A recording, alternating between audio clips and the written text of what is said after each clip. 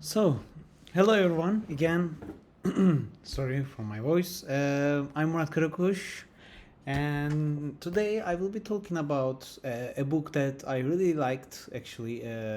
Think Like a Designer, Don't Act Like One, from Jeroen van Erp. This book, I found this book in Vienna at a bookstore near Museumsquarter, and I thought maybe it will be a fun read. It's not a big book, and there are some teachings in it, like how to think like a designer from looking from designer's perspective. And I thought maybe it will be useful to share with you some of the knowledge that I gained from that book. I have read some reviews, and they say the book is not like very informative. It is very briefly explains some of the stuff and doesn't explain others. But I thought I'm thinking as I process in life, I'm thinking that there is always something to learn from anything. Like when we came across that, even though it's a book that not know some so many people know about. Anyway, so from Think Like a Designer, one of the things that I came across is less is more. It's like one of the principles for thinking like a designer, and I like this concept. Less is more. The good design, basically, it says the good design is as little design as possible. It requires as little design, and I put this photo actually, image of Apple iPod, and it's minimalistic design, and it's what it is. It doesn't complicate things. It's quite basic, quite simple, and I like this rule actually. Yeah, less is more, and the more I think about this rule, the more I realize that actually, uh, as a designer, I'm more inclined towards making designs in a simple way, in a more clear way. So yeah, this is one of the things that I really liked from this book. And the other thing is, everything starts ugly, and it says basically embrace the ugly beginning. Uh, every like invention, every new design started ugly because they were thinking, basically the book says that they were thinking basically the function first. And with the time goes by, the visuality of it, the aesthetic of it becomes better and better, and it just happens in a natural way. So at the beginning it doesn't have to start perfectly. What I take from this knowledge is that you don't have to start perfect. You can start as imperfect as possible, and at least you are making something. uh, as far as you are making something, it is something. It's something that you have. So I like this knowledge. So yeah, this is one of the knowledges from the book that I liked. The other one is proportions matter. So yeah, I came across the different kind of videos also mention this rule. Dimensions and proportions can make or break a design. Here I found a poster uh, from Hugh. I hope I pronounced it again correctly. Haug on the Sea, Holland.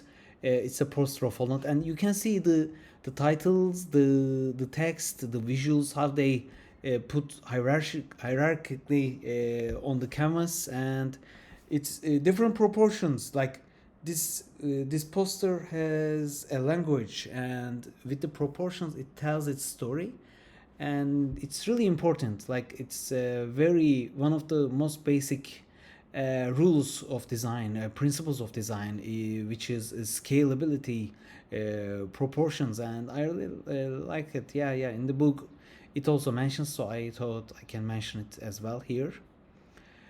So the minimal intervention, I really like this idea and the example of the book as well. So a small change can make a very big difference.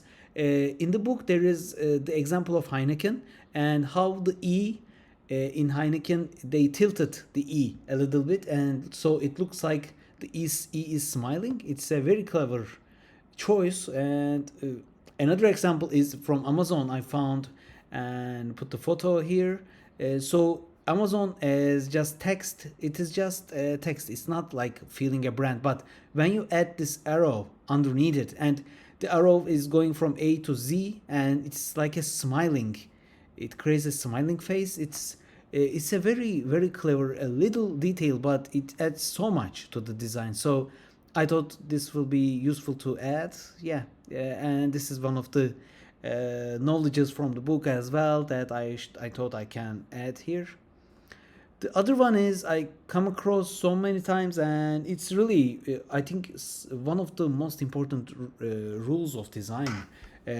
Not actually the rule, but a mindset to follow. Actually, limitations are opportunities. So limitations means freedom. Basically, designers want total freedom, but it's actually the limitations that make a work interesting and often produce innovative results, because when you have limited resources you think better. It's a very strange way of thinking when you are limited, and you force yourself to find solutions around it. And I think it's one of the most important like elements that taught about in the book. And I put this visual to give an example. So this is London Tube from back, and the designer had limited resources when designing this tube map, basically. And I heard that he had no geological information to add here, so he made a very basic visual, but it is very usable, very simple, but very efficient. So yeah, its limitations are opportunities basically for designers. So I thought putting it here would be very useful. Yeah. And the other thing is that I really liked from the book, embracing coincidence. It's basically saying that unexpected outcomes, accidents, or randomness can lead to brilliant, unexpected design moves. So, for example, I heard that they were trying to find a super glue, but at the end of the day, they what they had is a very weak glue. But this paved the way for these notes. These I forgot the name, like the sticky notes, and it innovated something in the end. So it was a coincidence, this weak glue, but it created something unique and something ageless, basically. So yeah, it's one of the knowledges that I found very interesting and very eye-opening from the book. The other thing is, another knowledge is that wrong can be right. It's quite a strange point of view, actually. Breaking rules, doing something wrong on purpose, or embracing oddness can result in standout design. Basically, when you're doing something, uh, we usually care about it so much, and we think all the time that did I do this right? Did I do this the right way? But when you do things wrong, sometimes it can lead to something very unique. And I think this mindset, like this way of thinking as a designer, really is very important. And I put this visual here. It is Wes Anderson inspired visual, actually. So he uses strange angles and some strange choices in terms of color palettes. But in at the end of the day, he created his own style, actually, and it's very landmarkish style of his.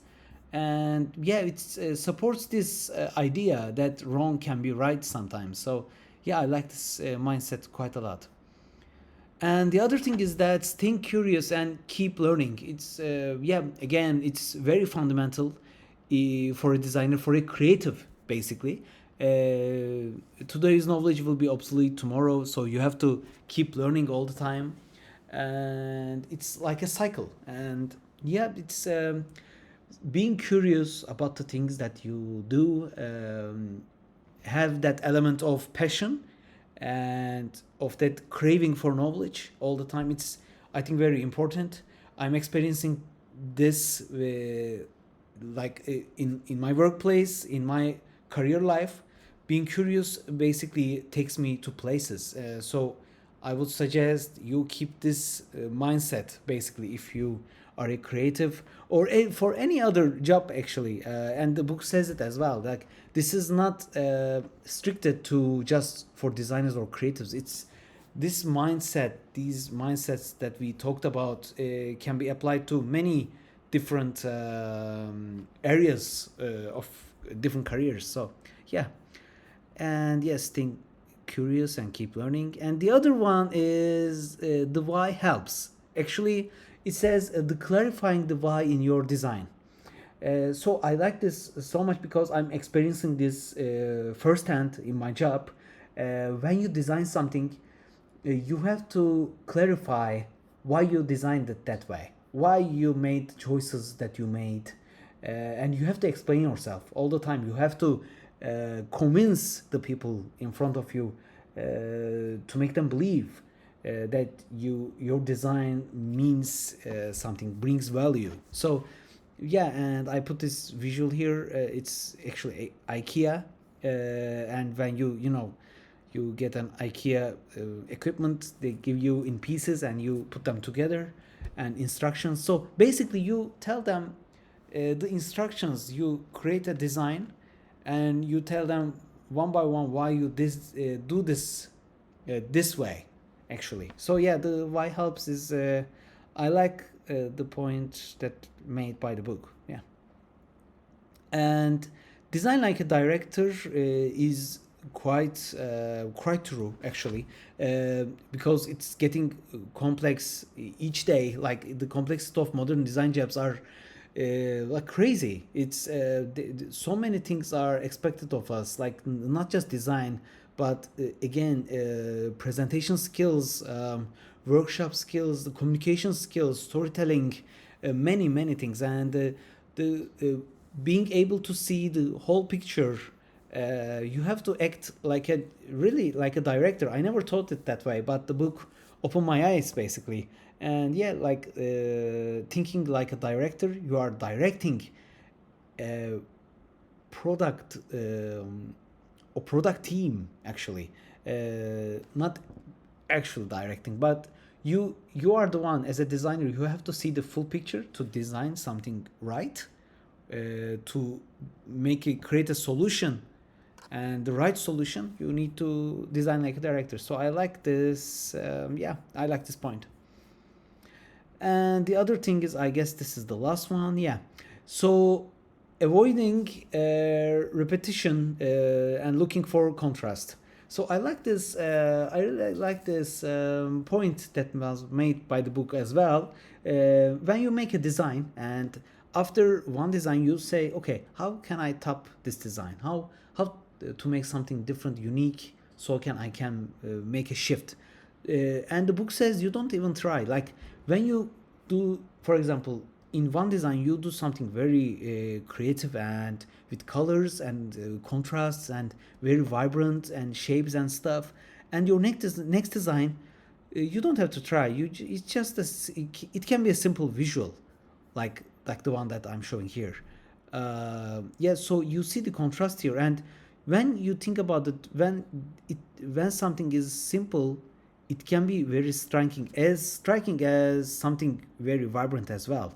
I know these are very strange examples, but I thought these visuals talk to me, so I thought I can put them here. It made sense. So yeah, and this is one of the points that was made by the book that I really liked. So yeah, basically these are the points that I really found interesting and I wanted to share with you. I recently read it and I thought I can share it. Since I came back from Vienna, I was thinking about sharing it. So here you go again. I'm hoping to share more stuff with you about design, about my journey, and I hope you enjoyed it. And see you on the next video. So bye.